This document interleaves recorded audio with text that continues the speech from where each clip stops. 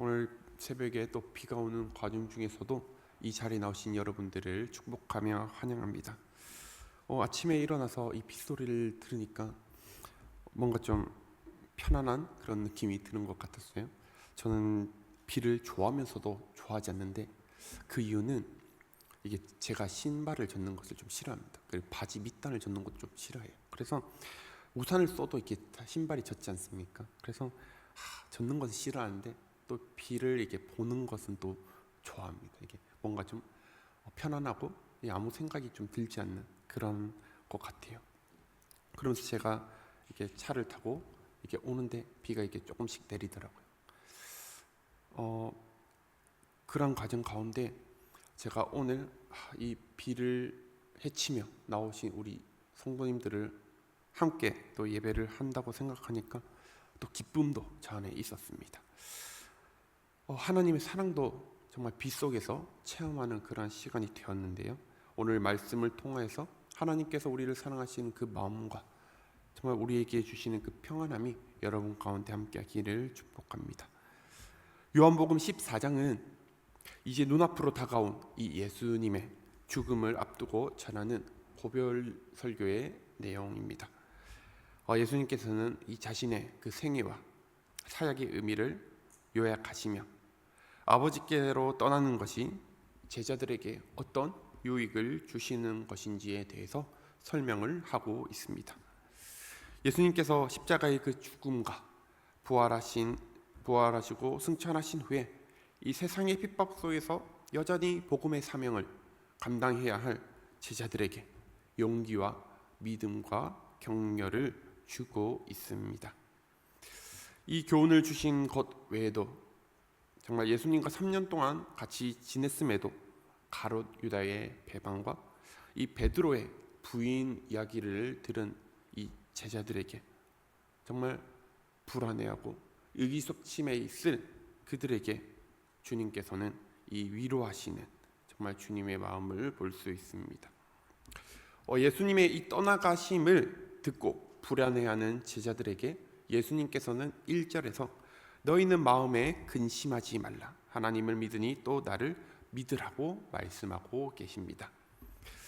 자신의 모든 것을 던져버리고 자신의 직업, 부모와 이 모든 것을 가족을 내버려 두고 예수님을 따랐던 제자들입니다.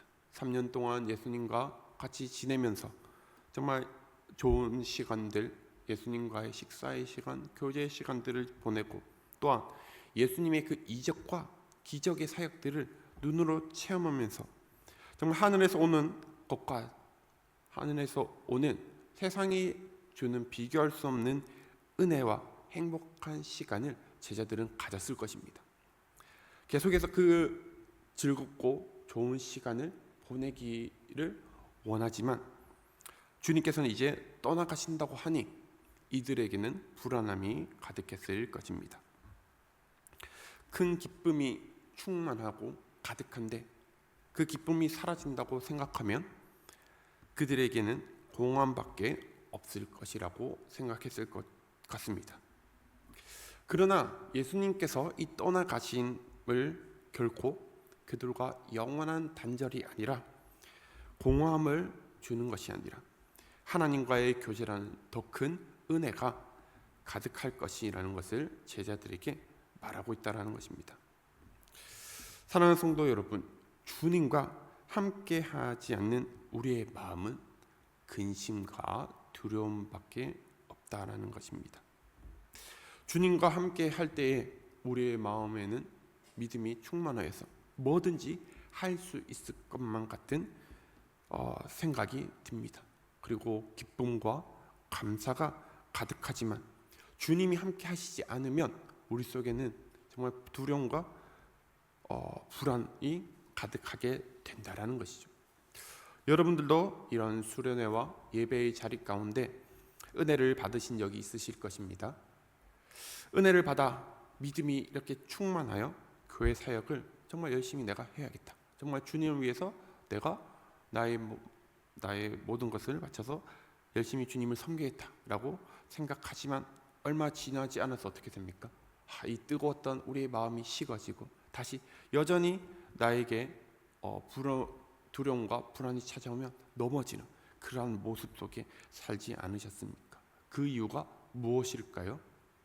그것은 바로 우리가 주님과 함께하지 않기 때문에 우리에게 정말 불안함과 두려움, 그리고 다시 한 번 더 믿음이 식어지는 모습이 있다라는 것이죠. 그러면 여러분, 우리 마음속에 이런 불안함과 두려움이 찾아올 때 우리는 어떻게 해야 됩니까? 바로 예수 그리스도를 믿음으로 이 하나님과의 교제 속에 우리가 들어가야 한다라는 것이죠. 주님과 함께하지 않을 때 우리는 두려움과 근심 속에 살 수밖에 없다라는 것입니다. 왜 그렇습니까? 우리는 이 세상을 우리 힘으로는 이길 수 없기 때문입니다. 그러나 하나님과의 교제 속에 거할 때 우리의 마음은 두려움과 근심이 아니라 죽음을 이기시고 세상을 이기신 주님이 주시는 그 기쁨과 즐거움 속에서 우리는 살아갈 수 있다라는 것입니다. 하지만 여전히 제자들은 이 예수님의 그 뜻을 알지 못했습니다. 주님께서는 어디로 가시는지 그 길을 안다고 말씀하셨지만 도마는 그 길을 어떻게 우리가 알 것인지 좀 더 자세히 설명해 주실 것을 원하고 있습니다. 그러자 예수님께서는 내가 곧 길이요 진리요 생명이니 나로 말미암지 않고는 아버지께로 올 자가 없다고 말씀을 하십니다. 이 말씀은 정말 예수님께서 자신이 누구이신지를 잘 보여주시는 말씀입니다. 먼저 나는 뭐뭐이다, 나는 길이요라고 했죠. 나는 뭐뭐이다 라는 이 헬라 에고에이미라는 이 단어는 혼자 사용될 때 나는 있다 라는 의미로 사용됩니다. 이 에고에이미가 최초로 사용되어진 것은 이 출애굽기에서 이 떨기나무 사이에서 나타나신 하나님께서 모세에게 하신 그 말씀입니다. 이스라엘 백성들에게 하나님의 이름이 무엇이라고 말해야 됩니까? 라고 모세가 묻자 하나님께서는 나는 스스로 있는 자 I am who I am 이라는 말씀하셨습니다. 이 말이 바로 에고에이미입니다. 예수님께서 에고에이미라고 하신 이 말씀은 곧 하나님과 동등하신 분이심을 말씀해주고 있습니다. 그리고 길이요 진리요 생명의 이 단어 앞에는 모두 정관사가 붙어 있습니다. 정관사 해가 붙는데요. 에고에이미 헤헤도스 카이헤 알레데이아 카이헤 조에, 즉 하나님이시며 성자이신 이 예수님께서 이 세상에 여러 길, 여러 진리, 여러 생명 가운데 하나가 아니라 오직 유일한 길이요 진리요 생명이심을 나타내는 것입니다. 그렇기 때문에 예수님을 아는 것은 곧 아버지를 아는 것이며 예수님을 본 것이 또한 아버지를 본 것이 된다라고 예수님께서는 말씀하시는 것입니다. 이 예수님께서 하나님이심을 선포하심에도 불구하고 아버지를 보여달라는 이 빌립에게 또다시 예수님께서는 하나님과 동등함 그리고 아들과 아버지의 궁극적인 이 연합을 계속해서 설명을 하십니다. 근심하는 제자들을 뒤로하고 위로하시며 그리고 예수님은 이제 자신이 떠나신 이후 제자들에게 12절에서 나를 믿는 자는 내가 하는 일을 그도 할 것이요 또한 그보다 큰 일도 할 것임을 예수님께서는 자신이 하신 그 사역을 제자들에게 이제 이어갈 것임을 가라고 격려를 하고 계신다라는 것입니다. 그러나 그 능력을 행하기 위해서는 예수님께 기도해야 한다라고 말씀하십니다. 길이요 진리요 생명 되시는 하나님이신 이 주님을 믿는 우리에게는 불안하고 근심할 시간이 없을 것입니다. 왜 그렇습니까? 주님이 하신 그 사역을 우리도 이어가야 한다라는 것입니다. 사실 우리는 사역이라 함은 정말 우리가 예수님을 믿고 그 예수님의 그 사역을 본받아서 한다고 하면 정말 큰 이적을 일으키고 기적을 일으키고 병자를 고치고 그런 등의 사역들을 생각을 합니다. 하지만 예수님이 하신 사역은 그것만이 아니었습니다. 먼저 예수님께서는 섬기셨습니다. 그리고 겸손함도 보이셨고요. 하나님 말씀에 순종하시며 또한 많은 사람들을 사랑을 베푸셨던 그런 모습이 있었다라는 거예요. 그렇다면 우리는 예수님 그 사역을 이어가야 할 때 어떻게 해야 될까요? 우리가 큰 이적을 일으키고 기적을 일으키고 병을 고치는 그런 사역을 원하시는 게 아니라는 것입니다. 먼저 겸손함으로 하나님께 나아가야 되는 것입니다. 그리고 하나님 뜻을 순종하는 모습을 우리가 보여야 한다라는 것이죠. 그리고 가장 중요한 정말 사랑의 마음이 우리 가운데 있어야 한다라는 것입니다. 이러한 삶이 정말 예수님이 가신 이후 우리가 계속해서 이어가야 할 삶입니다. 여러분의 삶이 이제는 하나님과의 그 교제 속에서 겸손과 섬김과 사랑으로 이 복음을 전하는 여러분들이 되시기를 축복합니다. 이제 16절에서 26절까지 예수님께서는 자신이 떠나시며 제자들에게 보혜사 성령님을 보내주실 것을 약속하십니다.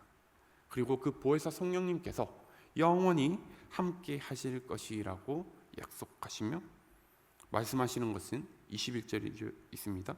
나의 계명을 지키는 자라야 나를 사랑하는 자임을 말씀하고 계십니다. 주님을 사랑한다고 하면서 주님의 약속의 말씀을 지키지 않는 것은 진정으로 주님을 사랑하는 자의 모습이 아니라는 것입니다. 그렇기 때문에 우리에게 그 주님의 말씀을 지킬 수 있도록 이 보혜사 성령님을 보내주셔서 26절 주님께서 가르치고 말씀하신 것을 생각나게 하셔서 도우심으로 말미암아 우리의 길을 인도해 주신다라는 것입니다. 사랑하는 성도 여러분, 이 세상에서 우리가 그리스도인의 모습으로 제자의 삶을 살아가는 것은 결코 쉽지만은 않습니다. 하지만 주님께서 우리를 결코 고아와 같이 홀로 내버려 두시는 분이 아니심을 믿으시기를 바랍니다. 세상은 우리를 어떻게 해서든 넘어뜨리려고 하지만 정말 하나님 아버지 되시는 그 하나님이 우리와 함께 할 때 더 이상 우리는 두려울 것이 없다는 것이. 왜냐하면 정말 우리를 붙들어 주시는 그 주님의 손이 결코 우리를 넘어지게 하시지 않으신다라는 것입니다. 그렇게 우리는 더 이상 두려워할 필요가 없을 것입니다. 우리가 두려워할 것은 하나입니다. 바로 주님을 사랑한다고 하면서 주님의 말씀을 지키지 못하는 것입니다. 그렇게 우리는 날마다 성령의 도우심을 구해야 합니다. 우리가 성령의 도우심으로 정말 주님의 그 말씀을 이 세상에서 지키며 살아갈 수 있도록 정말 성령의 은혜를 간구하는 우리의 모습이 되어야 할 것입니다. 정말 주님의 이름을 간구할 때 정말 하나님께서는 성령님께서는 우리를 도와주신다라고 말씀하고 있습니다. 그렇기 때문에 사랑하는 성도 여러분, 하나님의 사랑 안에 거하며 정말 하나님과의 교제하심 속에서 정말 주님을 사랑한다고 고백하는 우리 이 고백에 따라 주님의 그 말씀을 지키며 순종하여 나아가시는 여러분들이 되시기를 바랍니다. 보혜사 성령님을 제자들에게 보내주시겠다고 약속하신 그 예수님께서는 정말 27절 31절에서 성도들이 이제 누리게 될 평안을 말씀하고 계십니다. 주님이 주시는 평안은 세상의 것과는 완전하게 다른 평안입니다. 우리는 언제 평안하다고 말을 할까요? 우리가 모든 것이 좀 순조롭고 걱정이나 문제가 없을 때 우리는 평안하다라고 얘기를 합니다. 하지만 이런 세상에서 오는 이 평안함은 결코 완전할 수 없습니다. 왜냐하면 계속해서 변화되는 그런 모습 속에서 우리에게 지금 평안이 있지만 언제 어디서 문제가 생기고 걱정이 생기고 또 두려움이 우리 가운데 올지 모른다라는 것이죠. 그렇기 때문에 우리가 평안하다고 하면서 언제 이 평안이 사라질지 모르는 두려움 속에 살아가는 것입니다. 그러나 주님이 주시는 그 평안은 세상의 평안과는 다른 완전한 평안입니다. 주님이 주시는 그 평안은 십자가의 평안으로 완전한 평화가 됩니다. 사람들이 불안에 떨고 두려워하는 그 이유는 무엇입니까? 궁극적으로 하나님과의 관계 속에서 단절됐기 때문에 죄가 우리 가운데 들어왔기 때문에 죽음과 심판에 대해 두려워할 수밖에 없는 우리라는 것이죠. 그렇기 때문에 이것이 회복되지 않는 한 우리는 결코 완전한 평안을 누릴 수 없다라는 것입니다. 하지만 대속제물로 십자가에서 죽으신 그 예수님은 하나님과의 깨어졌던 단절됐던 그 관계를 회복시켜 주시고 구원의 길을 열어주셨습니다. 그렇기 때문에 누구든지 예수 그리스도를 믿기만 하면 하나님과의 끊어졌던 그 관계가 회복되고 궁극적으로 두려워할 수밖에 없었던 불안 속에서 살아갈 수밖에 없었던 우리가 완전한 평화를 누릴 수 있다라는 것입니다.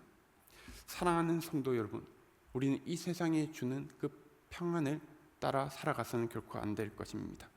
이 세상에서 두려움에 근심하고 낙심하는 여러분들이 계시다면 주님을 믿으며 주님이 주시는 그 평안함으로 정말 하나님과의 깨어졌던 그 관계가 회복됨으로 하나님과 함께하는 그 놀라운 기쁨과 은혜가 충만하시기를 축복합니다. 하나님을 믿는 그것이 얼마나 우리에게 즐거움과 기쁨이 되는지 모릅니다. 그렇기 때문에 우리가 오늘 이 자리를 나가서 또 하루를 살아갈 때에 정말 여러분 담대함으로 나아가시는 여러분이 되기를 바랍니다. 예수 그리스도를 믿음으로 이제는 두려움 속에 속아 살아가는 것이 아니라 하나님 주시는 그 기쁨, 평안을 날마다 누리시는 여러분들이 되시기를 축복합니다. 그래서 정말 여러분이 정말 하나님이 얼마나 여러분을 사랑하시는지를 오늘 다시 한 번 더 깨닫는 시간이 되시기를 기도하겠습니다. 기도하며 예배를 마치겠습니다.